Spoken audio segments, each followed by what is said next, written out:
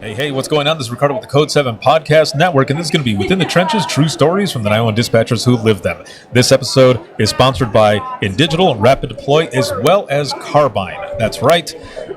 In this episode, we are announcing a new sponsor, and this is amazing. This is so good. I have their CEO with me here today. His name is Amir. And we're going to be talking about a lot of things that are going on with Carbyne and have the audience learn more about what it is that they do and how they came to be in public safety. We are currently here live at the 2021 APCO conference. We're in San Antonio, Texas, and we're in the expo hall right now. This is day number 2, and there's been so much that's been going on. It has been excellent. And Amir, it is excellent to have you here. Thank you very much, sir, for being on.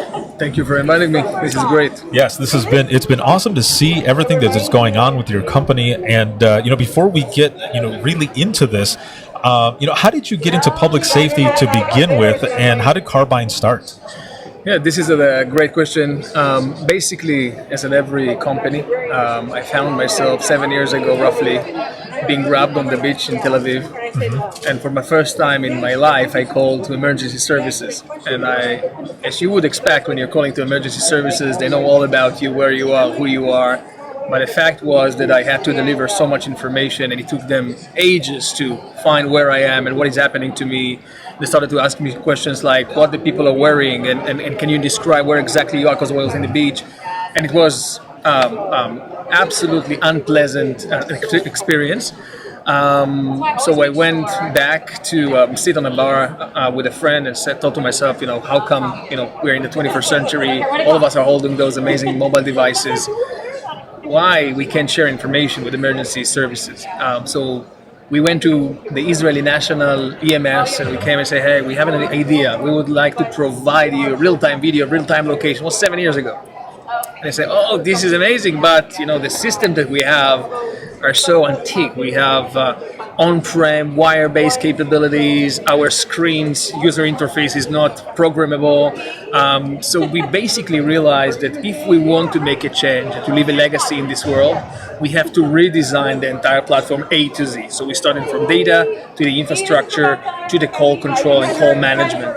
And this is what Carbyne is basically doing in these days. This is perfect, man. Yeah, there's so much, right, that goes into it. And even for myself. So when I started in public safety, it was in 2001. But when I ended up moving back to Southwest Michigan to the county that I worked for, or lived in rather, that phone system as well. Like, we didn't have caller ID or anything for it, so people would call, and a lot of those emergencies would happen on the non-emergency line. Well, how do you get a hold of someone when they call saying they want to kill themselves, but it's on a non-emergency line and there's no callback? What do? And you just basically hope that they end up calling back, or you've heard their voice before and you know them. So experiencing this, and I find also that that's how a lot of stuff happens. You experience something and you want to make that change, and that's exactly what happened here. Absolutely, and I must say that I'm traveling all over the state now, and I'm seeing a bunch of different PSAPs and directors, and there is still PSAPs in the United States that are copy pasting 12 numbers from the screen to Google Maps to understand where people are. Yes, and it just not makes any sense. So it's all about education. Remove the fear of using cloud services and kind of a new age technologies. Yes. There is a famous sentence saying, no one ever been fired by acquiring IBM. So it's true, but yeah. I think that the cloud is stable enough. There is a lot of newcomers into the industry that have strong references and kind of not small companies anymore as Carbyne and others.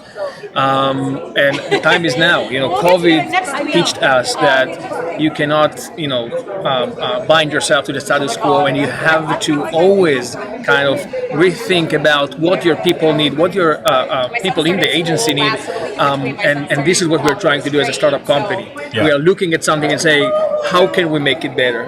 What are the challenges? Sitting with call takers, with dispatchers, with responders, and trying to improve their KPIs every day, one step.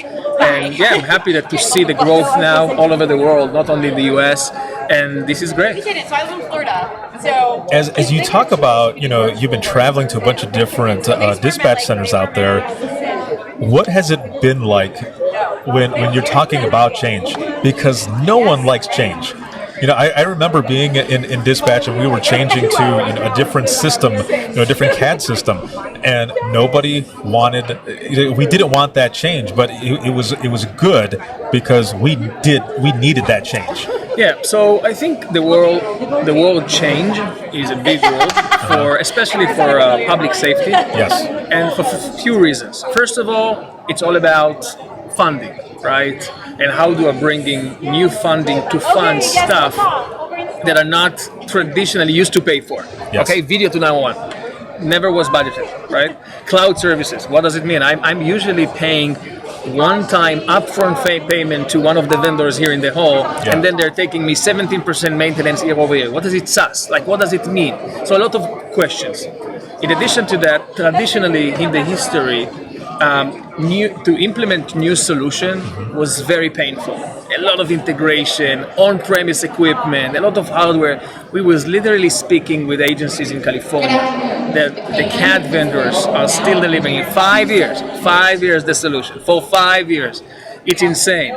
So I think now post-COVID, there is funding coming from the federal government for innovation. Okay, for next generation 911. COVID kind of put a mirror in government's face and say, hey, we are not ready. What's going on? Everybody are working from home, but our call takers have to go back to the PSAP every day, so we need to make a change. And the end of all that, the beauty is that you have cloud solutions now. So we delivered New Orleans or big agencies in Florida in 2 days, 1 day, few hours. Okay. What? So I think this is the beauty of, forget all what you used to know. Yes. Funding is now available. Okay. You need to do it, and it's clear because the citizens are requesting that. But we can also do it for you very fast. So with those three elements, the combination of those three, you're actually starting to see progress happening in the market, and this is great. Oh man, that gives me chills because as I was talking about, when we switched to that one system, I mean, it was weeks and weeks of training and then implementation, and then it was just things were messing up, and we would be typing, and it would take forever for it to catch up to what it was that we were typing, and it was just such a pain. But to be able to hear this and to see it be implemented that fast, and just people can just start going on using it, I mean, that's amazing. Absolutely. And again, this is what we are telling to the industry, and at the end of the day, we are here to help. We understand that PSAPs are not tech shops. So there is many great companies that are dropping bunch of different technologies on PSAPs.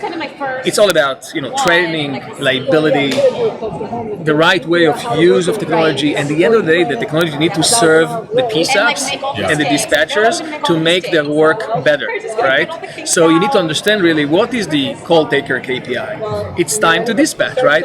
He needs to see only what he needs to see, not too much information. You cannot overload him with too much stuff. Right. And you need to make decision as fast as possible. This is a real event, and it's related to fire and EMS. And then the fire and EMS dispatchers needs to see the information. They are not speaking with the caller, and their KPI is responder safety and time to arrival. So they need to see the information, but you don't need to, they don't need to speak with the caller. So this is a small example of how basically you need to listen, you need to understand what is missing. Right. But in the end of the day, we need to remember that there is people that are going to run those solutions, and they have their own KPIs that they need to meet. So you need to work together in order to help them to make their job easier. Right, for sure. So you're taking all of this feedback and everything. Let's just say, for example, as you were talking, out of New Orleans, they're using, they've got all of this stuff, and I'm sure that if they have a suggestion or a feature or something like that, you take that into account because those are the ones who are going to help you mold and improve on the system that you have out there already. Yeah. So when we sold this system to New Orleans and some other agencies as well, basically what we're saying is once you have Carbyne now deployed in your platform, not only Carbyne, a cloud solution is the foundation for the future. Otherwise, you won't be able to adapt to the old technology that are coming in. So the cloud infrastructure, the sophistication around the architecture and all what we've put in place, this is what important. It's like when you bought for your first iPhone, right? Why you bought it? Because you knew that it's like super hard, super strong, basically technology, super strong hardware, sophisticated, and you knew that all the new application that will come, afterwards, they will all develop into iPhone. Yes. Right? So you knew that whatever going to be there out there, whatever app, you're going to have it in your like banks, ride sharing, anything is built into the iPhone. So I think acquiring a cloud solution today is like you're investing in your future, because you know that in the end of the day, ride sharing applications, drones, CCTVs, IoT stuff will all come and work with the newcomers, and not the one that for those IoT devices the implementation will take 1 year. It won't happen. So, this is the right choice, and this is what you need to do. Oh man, it's exciting. And so I've said this a few times today to a few people that I've spoken to, but I get a little jealous in a way, because I didn't have this when I was in dispatch. There was so much other stuff that we had to go through in order to even find someone, or just anything, track somebody down. All this different technology and stuff just wasn't there. So when I hear you talk about this, or anybody else who's talking about technology in public safety, I get a little jealous, because I want to be back in there to implement some of this stuff, use some of this and really take advantage of it. But I'm also happy that stuff like this is coming out, because it helps everyone involved. Yeah, and I think it's every few years there is kind of a big evolution or revolution, if you want, that are happening in certain industries. Mm-hmm. So usually public safety and government tech in general was kind of latecomers into the party.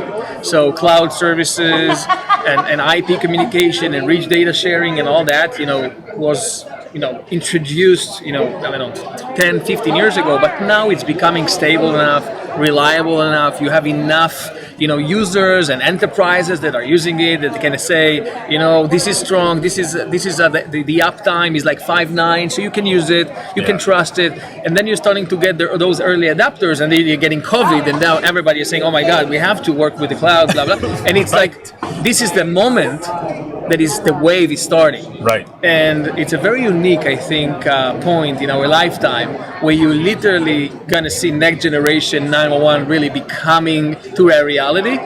Because I remember myself coming into the US 5 years ago, and next generation was text to 911, and that's it. Right. Yes. And now it's kind of so many things, and the crowd that I met in APCO 2021 is guys like speaking this language already, which is amazing. Yeah, and I fully agree that COVID really pushed a lot of this forward, because the same as you, those years ago, it was text to 911. That's all it was. But even before that, everyone kept talking about next generation 911, talking, what it could be, what it might be. No one really knew, so it was still just discussion. And then COVID happens. Everyone has to think outside of the box, and is starting to embrace a lot of this technology. And like you're saying, this is what everything is we're talking about now. Yeah, no doubt. And again, I think the point that we are all currently living is very, very unique, kind of a post or at the end of a pandemic, I would say. Yeah. Carefully. Yeah. Carefully. Exactly. But COVID was huge to accelerate digitalization for governments, not only in public safety. I had to do some processes in Israel now we have an apartment in Tel Aviv. So my bank, had to approve my identity. So before I had to come to the bank, sit there, show me your ID, take a picture and all that. Now, they're sending you a link from Israel to United States. Click the link. Okay, we can see you. It's automatically reading your ID, taking the information. That's crazy. It's amazing. And it's awesome. It's not only on public safety, but at this point of our life, post-pandemia, it's huge because the federal money is coming, and people kind of stepped 5 years ahead to prepare themselves for the future, which is unknown, which is great. When you talk about like video to 911, how is some of that working? Because I will tell you this. Let's see, what was it now? Maybe 7 years ago or so. I remember being in dispatch, and seeing a demo for, do you remember Google Glass? Yeah. I remember seeing a demo for Google Glass, and it showed a dispatcher and someone at home, and so they were like being able to view both of them, and I thought, is that really what it's going to be like? Like that's interesting. So when you talk about video to 911, how does that work? And when you're working with dispatch centers, how do you work with them to decide how much dispatch can see? Because it's not enough that we're taking these calls and we're piecing it together in our heads. There's a lot of mental health and wellness issues with that as well. But so when you think about video, though, how does that part work? Like, do they get a choice, or how does it even work? Yeah. So let's talk first from a technical perspective. Sure. What's the call process, right? Yes. I'm a citizen. I'm calling to 911. Location will be presented automatically on the Carbyne platform. Yeah. Now the call taker have a decision whether or not he wants to send the link. It's going to be automatic or manually to request the citizen to share real-time video. Okay, because it's because of privacy and we have to get access to the device, but we have to have a real-time consent from the citizen. There is no kind of a right and wrong in video to 911. So there is, probably 80% of the events that you can have in your shift, you will not need to activate the camera. But on those 20%, which can be baby that is now being delivered and the mom, couldn't make it to the hospital and she needed paramedic help, and her husband is actually standing, near to her and then willing for some help, and the paramedic can actually see what's going on and give him instructions. Yes. So would you use video? Yes or no? Of course, the answer is yes. If there is a massive car accident and you have multiple injuries, okay, and first nurses or paramedics are in the field, and the EMS wants to understand the severity of the event and how many ambulances he needs to. So it's a good thing or not. So I think that we all have still to learn, on the use of video and the impact of video on our kind of, public safety response system, okay, and the impact on the call takers and the dispatchers and all that. And Carbyne is implementing a bunch of different capabilities to make sure that call takers and dispatchers are not exposed to video where they don't need to, with the ability to close the video and still record it on the background. So we have a bunch of stuff that we are doing, but be very kind of straightforward here. We all understand that video will be in 911. There is no question about it. Right. The next generation, which is my daughter, she's 5. She don't know what is to speak over voice with my family. She's only FaceTiming. Okay, so she will call to 911. The commodity will be video to 911. Right. It will take 10 years, but it will be there. So what we need to do as a companies in this space is really to work with our partners, clients, from the call takers, dispatchers, responders, and to build the protocols around the use of video to 911. But I can tell you that last year we've delivered 1.3 million minutes of video to emergency services worldwide. Wow. And the impact is insane, is really insane. That's amazing. So again, not for every call, not all the time. Maybe you need it just for 2 seconds to understand what the person is wearing, and that's enough. Right. But video is here to stay. The use, it's something that we will have to work on it.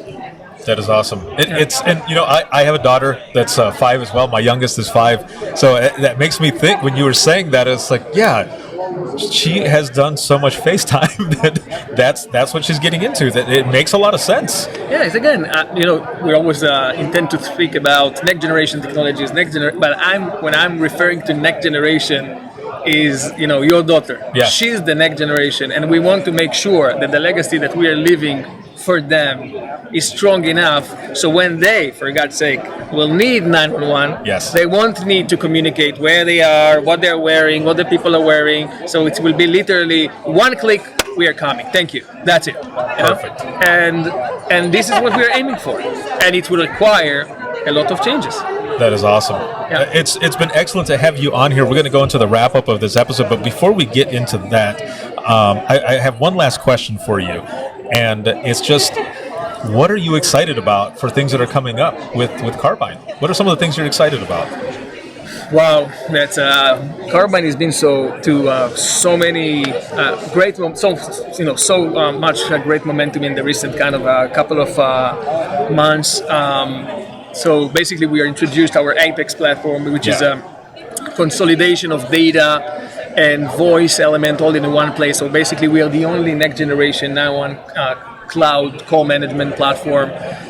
We are seeing more and more agencies coming and asking like the right questions about the use of the platform. Not anymore cloud, yes, no, great. What we can be benefiting from that. We are getting tons of success stories and really saving lives on a daily basis. And I think the combination of seeing your company growth, seeing your dream coming to fruition, and see the industry changing, all in one kind of a big pieces of the puzzle that are becoming together. This is super exciting. That's awesome. Yeah. Oh, man, this is excellent. Well, thank you again for being on. This is awesome, and also for Carbyne, being a new sponsor of the podcast as well. I know that there are some announcements that are going to be coming up. So for those who are watching and listening, make sure to stay tuned for that. Carbyne's got some amazing stuff that is on the horizon. Thank you again very much, Amir, for being on. And for those who are watching and listening, if you have any comments, questions, or you want to be a guest on the show, you can email us, and that's going to be wttpodcast@gmail.com. You can follow us on Twitter. That is @91podcast. You can like us on Facebook. That is facebook.com/within-the-trenches-podcast. This episode has been sponsored by InDigital, Rapid Deploy, as well as Carbyne. And so good to have you here with the Code 7 Podcast Network family once again. And a shout out to patrons. This can be seen on Facebook, YouTube, Twitter, as well as LinkedIn. It can be heard 24/7 on Apple Podcasts, iHeartRadio, Spotify, your favorite podcasting app, and within the trenches.net. Have a good one, everyone, and we'll see you in the next one. Thank you.